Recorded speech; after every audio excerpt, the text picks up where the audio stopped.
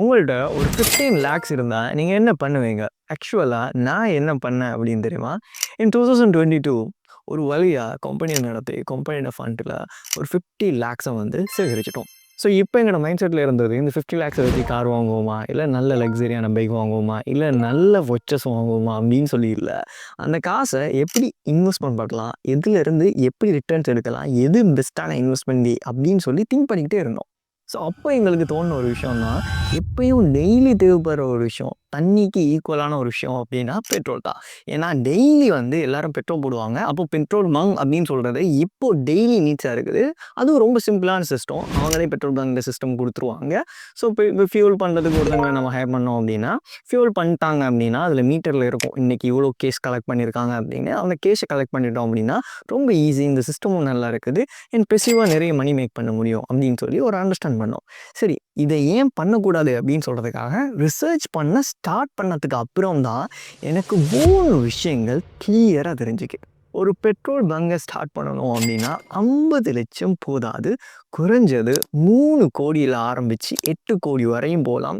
Depend on the location, நிறைய விதங்கள்ல அது வேரியன்ட் ஆகலாம். அதுக்கு முதல்ல கவர்மெண்ட்ல வந்து லைசென்ஸ் எடுக்கணும். இந்த லைசென்ஸ் எடுக்கிறதுக்கு நீங்க எடுத்த இடம் வந்து சாயில் டெஸ்ட் பண்ணுவாங்க. அதாவது மண்ணுக்குரிய டெஸ்டிங் பண்ணுவாங்க. அதுல வந்து அப்ரூவ்ட் ஆகணும். ஸோ, அப்படி அப்ரூவ்ட் ஆகினா மட்டும் தான் உங்களுக்கு அதுக்கான லைசென்ஸ் கிடைக்கும். அதுக்கப்புறமா தான் நீங்க அந்த நெக்ஸ்ட் ப்ரொசீஜர்ஸ வந்து ஸ்டார்ட் பண்ணலாம்.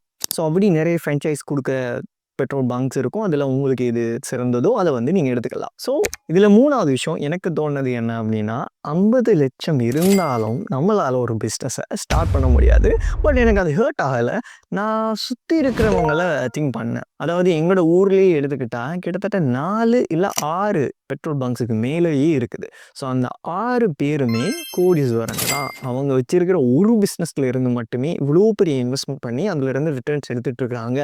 நாம இருக்கிற ரூம் வந்து மேபி ராங் ரூம். ஸோ, நீங்க உங்களுடைய பாத்ல வந்து இன்னும் க்ரோ ஆகணும்னு நினைச்சீங்க அப்படின்னா, உங்கள மாதிரியே கோல் இருக்கக்கூடிய, உங்கள மாதிரியே ட்ராவல் ஆகக்கூடிய, இல்ல இன்னும் நிறைய சேலஞ்சஸ ஃபேஸ் பண்ணிட்டு இருக்கக்கூடிய பீப்பிளோட பழகினீங்க அப்படின்னா, உங்களோட க்ரோவ வந்து யாராலயும் ஸ்டாப் பண்ணவே முடியாது. நீங்க க்ரோ ஆகிட்டே போகலாம். இதுல மோரல் ஆஃப் த ஸ்டோரி என்னன்னா, if you are always smartest or richest in the circle அப்படின்னா, maybe you are in the wrong room அப்படின்னு சொல்லுவாங்க. நான் ஏற்கனவே சொன்னது தான், நீங்க வெளியில வந்தீங்கன்னா தான் நிறைய விஷயங்களை கற்றுக்கலாம், நிறைய விஷயங்களை லேர்ன் பண்ணலாம். ஸோ, இதில் முக்கியமான ஒரு மைண்ட் செட் என்ன அப்படின்னா, நீங்கள் எப்போ உழைச்சத்துலேருந்து எப்படி இன்வெஸ்ட்மெண்ட் பண்ணி திருப்பி கெயின் பண்ணலாம் அப்படின்னு திங்க் பண்ணிங்கன்னா, இந்த திங்கிங் மட்டும் போதும் உங்களால் ஒரு எம்பையரை பில்ட் பண்ண முடியும். இப்போ உங்களுக்கு ஒரு டவுட் ஒன்று வரும், நான் அந்த 50 லேக்ஸை எதில் இன்வெஸ்ட்மெண்ட் பண்ணேன் அப்படின்னு. ஸோ, சிம்பிளான ஒரு கான்செப்ட் தான். நான் இன்வெஸ்ட்மெண்ட் பண்ணது என்னுடைய கம்பெனிலேயே மறுபடியும் தான் இன்வெஸ்ட்மெண்ட் பண்ணோம் அப்ரேட்டில். ஸோ, கிட்டத்தட்ட எங்கள்கிட்ட வரக்கூடிய ரெவன்யூவில் 80-90% மேலேயே அதில் இன்வெஸ்ட்மெண்ட் பண்ணுவோம். அதனால தான் எங்களோட க்ரோத் ரேட் வந்து ஹையாக இருக்குது அப்படின்னு சொல்கிறத நான் பிலீவ் பண்ணுறேன்.